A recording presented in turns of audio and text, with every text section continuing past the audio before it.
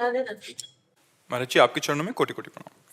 महाराज जी कोई भी टेंशन जल्दी से दिमाग से नहीं निकलती, बहुत कोशिश करती हूँ, इसके लिए महाराज जी मुझे क्या करना होगा? नाम जप। खाली दिमाग तो गंदगी ही तो भरेगी। अगर हमारे दिमाग में भागवतिक चिंतन है, परमात्मा चिंतन है, तो हम उसको 2 मिनट में डिलीट कर देंगे। नहीं तो जीवन भर आदमी जिसने गलत कभी बोला वो सामने पड़ेगा, तो जीवन भर कोई कोई द्वेष बनाए रहते हैं। विवेक तो वही कि एक क्षण में द्वेष को नष्ट कर दो और आनंद पूर्वक भगवत चिंतन में लगो। अगर भगवत चिंतन नहीं तो दूसरा कोई उपाय नहीं, आप ये पक्की बात समझ लो। अध्यात्म के बिना आप इन निगेटिव भावों को रौंद नहीं सकते। आप इनको रौंदने के लिए जब नाम जप करोगे तभी, कितना भी कोई भी भारी से भारी विपत्ति, भारी से भारी समस्या, भारी से भारी निगेटिव चिंतन हम नष्ट कर सकते हैं भगवान के चिंतन के द्वारा। ध्येय मापदी, जिन चरणों का ध्यान मात्र आपदा का नाश कर देता है। हरि स्मृति सर्व विपद विमोक्षणम, भगवान का स्मरण समस्त विपत्तियों का नाश कर देता है। और जब नाम जप करते हैं तो विवेक जागृत होता है, विवेक 1 मिनट में हटा देता है। नहीं तो उसी का चिंतन, इसने क्यों कहा, कैसे कहा, अरे फिर दूसरा, फिर तीसरा, वो इतना चिंतन करते करते फिर वो डिप्रेशन में पहुंच जाता है। ये ओवर थिंकिंग रोकने के लिए नाम जप अत्यंत आवश्यक है।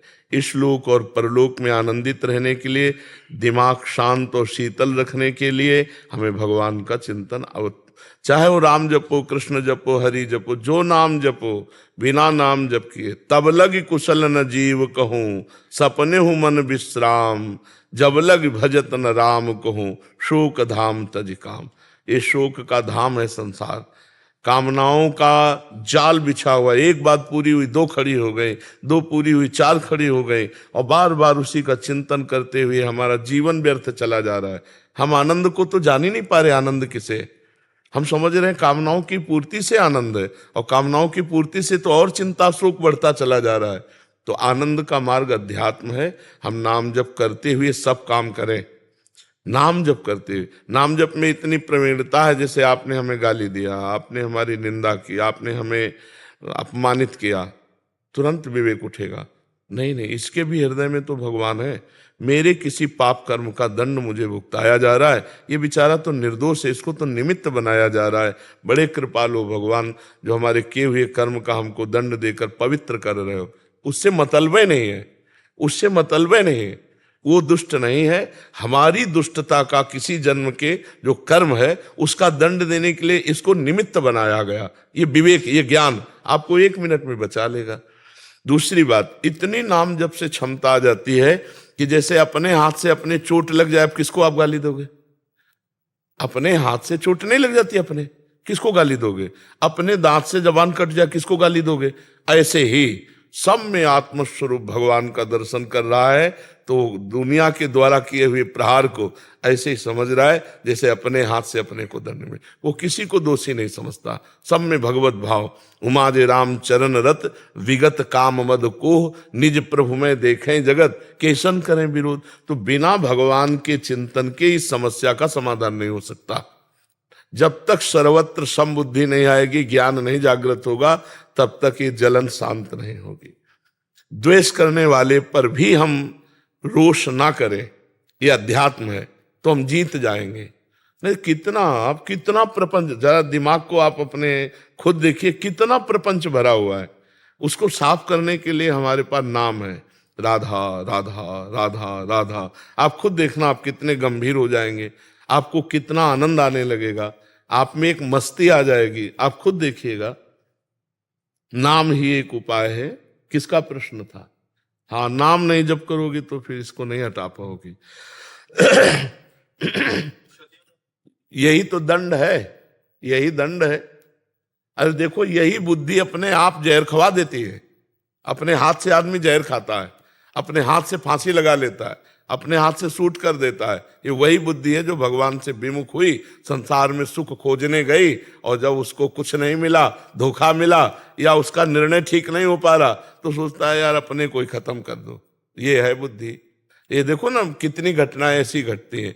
तो इसलिए हमें लगता है सबको नाम जपना चाहिए। गंदा भोजन छोड़ो, गंदा पेय पदार्थ छोड़ो, गंदे आचरण छोड़ो, नहीं तो तुम्हारी दुर्गति हो जाएगी। आज हंस लो हमारी बात पे, girlfriend boyfriend live in relation, आज हंस लो हमारी बात पे कि बाबा जी ऐसी बात करते हैं, ये क्या जाने। समय आएगा ना, तब तुम देखना, हमारी बात को याद करना कि तुम्हारा जीवन कहां पहुंच गया है, कितने संकट में पहुंच गया है। सच्चे मानो सबको नाम जप करना चाहिए, गलत भोजन छोड़ना चाहिए, गंदा पेय पदार्थ छोड़ना चाहिए, गंदे बच्चों का संग छोड़ना चाहिए, तभी जीवन उन्नतिशील होगा। जो 20 वर्ष के पहले ही ब्रह्मचर्य खो देता है वो गृहस्थी लायक नहीं रहता।